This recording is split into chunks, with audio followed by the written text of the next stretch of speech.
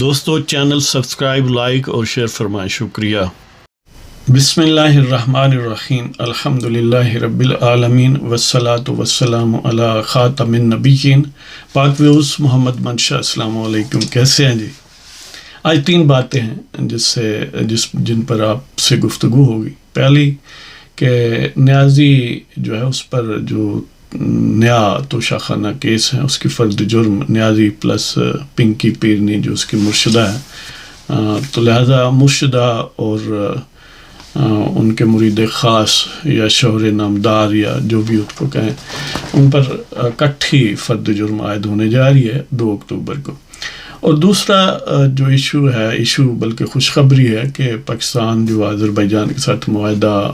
JF-17 thunder طیارے بیچنے کا ہے، اور اس کے ساتھ ہی کہ پاکستان گویا معاشی طور پر مستحکم ہونے کے ٹریک پر رواں دواں ہے، اور انشاءاللہ بہت جلد بہت بہتری اور بھی نظر آئے گی۔ تو آگے ہے جی تیسری بات جو سب سے گویا زیادہ دلچسپ ہے کہ مولانا فضل الرحمان دامت برکاتہ عالیہ نے کچھ ایسی باتیں کی ہیں جس سے یہ مترشح ہے، جس سے یہ واضح ہے کہ بظاہر لگتا ہے کہ کوئی ایسی زیر زمین روابط ہیں، بیہائنڈ دی سین ہیں کہ مولانا گویا اب تیار ہیں آئینی ترمیمات کے لیے اور یوتھیاپا، سیاپا اور کتیاپا کا مکو ٹھپنے کے لیے اس طرح۔ تو پہلے بات کرتے ہیں نیا توشہ خانہ کیس اور نیازی جو میں کہتا ہوں کذاب بنی گالا ہے اور اس کے ساتھ کذابہ بھی ہے جی۔ تو یہ ایک گویا ایسی ٹیم ہے جس نے پاکستان کو برباد کرنے کی گولڈ سمتھ کے ساتھ کوئی شاید قسم اٹھائی ہوئی ہے، اور جس کے پشت بان ظاہر ہے ساری اینٹی پاکستان قوتیں ہیں، وہ زنادقہ، قادیانی وغیرہ ہوں یا سیونی لابی ہو، وہ گولڈ سمتھ کے فنڈ ہوں یا ٹھیکیدار ریاض کے پیسے ہوں، وہ بیرون ملک کی hired millions of dollars worth کی فرم ہوں، یا جو امریکی پالیٹکس میں اینٹی پاکستان لابی ہیں، اور خاص طور پر جس میں کیلیفورنیا کا ایک قادیانی ڈاکٹر جو ہے وہ گویا اس کو لیڈ کرتا ہے، تو ان کی قراردادیں ہوں۔ یہ سارا کچھ ہونے کے باوجود نیازی کی خلاصی کا کوئی چانس نہیں ہے۔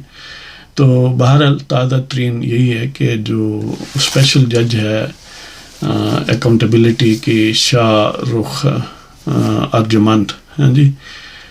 اس کی عدالت میں اگرچہ انہوں نے پوسٹ اریسٹ بیل کی درخواست کی جو کہ ریجیکٹ ہو گئی، اور اب اس کے لیے 28 ستمبر کی تاریخ ہے، لیکن فرد جرم اس کیس میں 2 اکتوبر کو ان دونوں پر عائد ہوگی۔ اب یہ وہی کیس ہے جس کیس کو سب سے پہلے یہ جو نیازی قذاب نے وہ جو اکاؤنٹیبلٹی لاز کو امینڈ کیا تھا نا بندیال کے دور میں، اس وقت سے وہ آ رہی ہیں، اس کے خلاف پٹیشن جو ہے وہ الٹیمیٹلی اس کا فیصلہ ہوا، اور ظاہر ہے ان کو بحال رکھا گیا، یعنی اس پر جو نظر ثانی ہوئی، اور اس کا سب سے پہلا بینیفیشری بھی وہی شخص تھا جس نے پٹیشن کی تھی کہ یہ امینڈمنٹس نہیں ہونی چاہیے۔ تو نیازی قذاب ہی سب سے پہلے اس سے فائدہ اٹھانے والا ہے، یعنی نیب کورٹس اور نیب جو ادارہ ہے وہاں سے یہ کیس دوسری عدالتوں کو منتقل ہو گیا،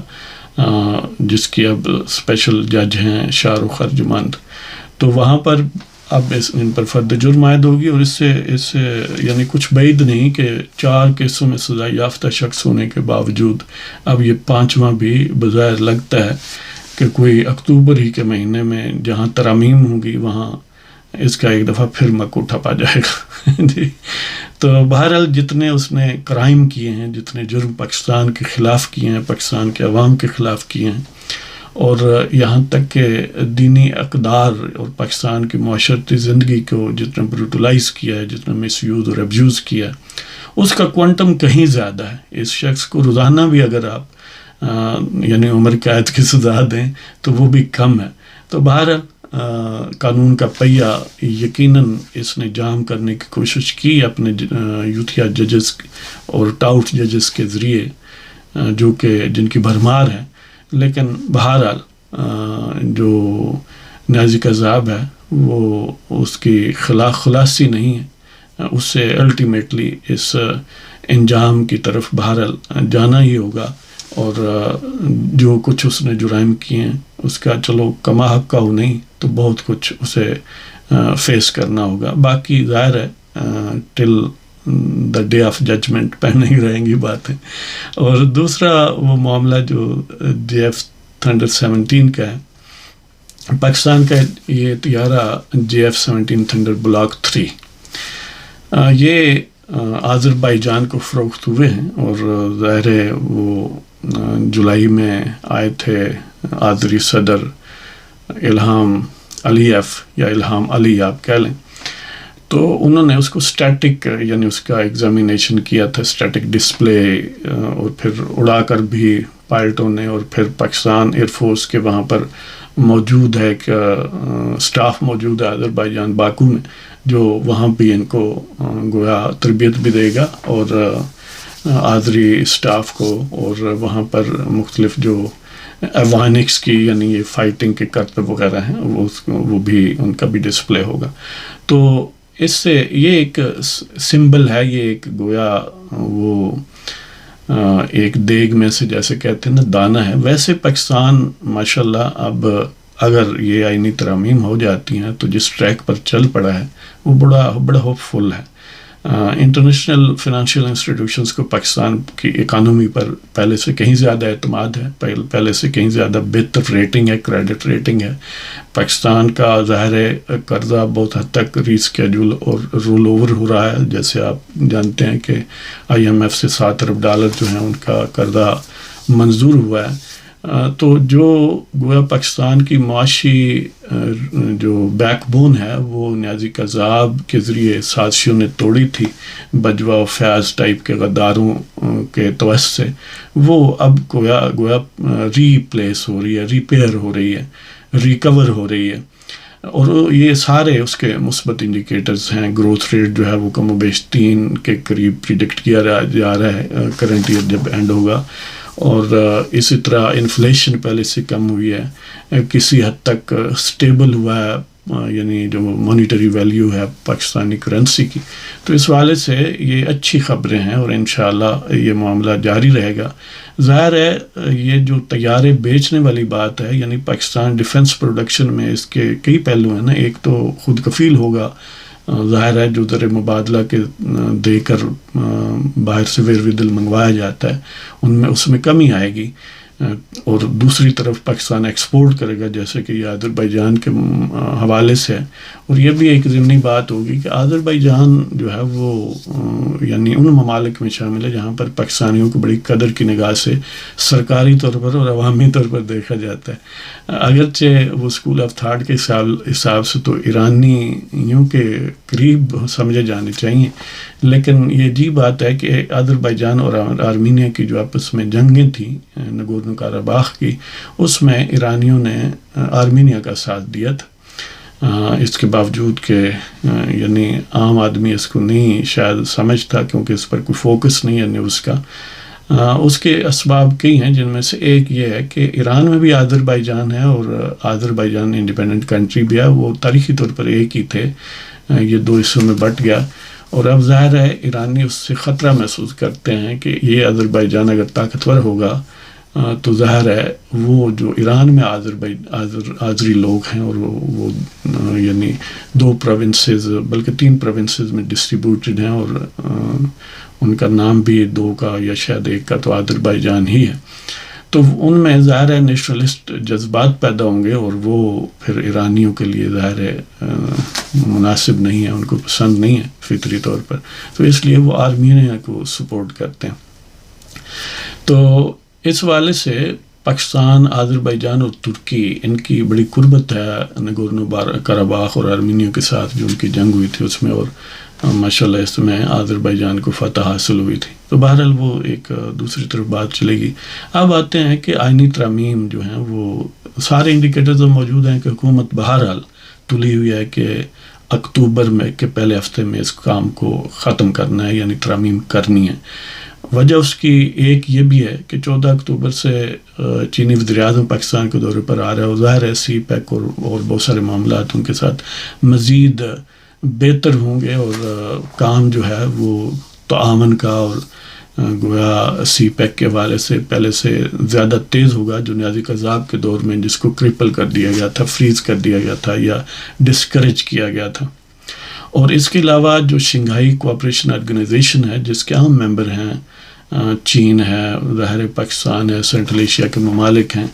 تو ان کی جو ہو رہی ہے یہ اکتوبر کے وسط میں پاکستان میں سمٹ ہو رہی ہے، سربراہی کانفرنس، جس میں تقریباً 34 ڈیلیگیٹس ایکسپیکٹڈ ہیں، تو وہ آ رہے ہیں، لہذا حکومت یہ چاہتی ہے کہ اس سے پہلے یہ ترمیم ہو جائیں۔ تو مولانا فضل الرحمان دامت برکاتہ عالیہ نے کچھ انٹرویوز دیے ہیں اپنی ریزیڈنس پر بعض صحافیوں کو، ڈہان کی یہ خبر ہے، اور یہ سید عرفان رضا کے حوالے سے کہ انہوں نے جو انٹرویو دیے ہیں اس میں بظاہر یعنی چند چیزوں پر انہوں نے اتفاق شو کیا ہے، یہ اس سے کنٹریری ہے کہ بعض پی ٹی آئی کے جو لیڈرز ہیں وہ میڈیا میں یہ امپریشن جنریٹ کرتے ہیں کہ شاید وہ ہم نوا ہیں ان کے مولانا صاحب، حالانکہ مولانا صاحب ابھی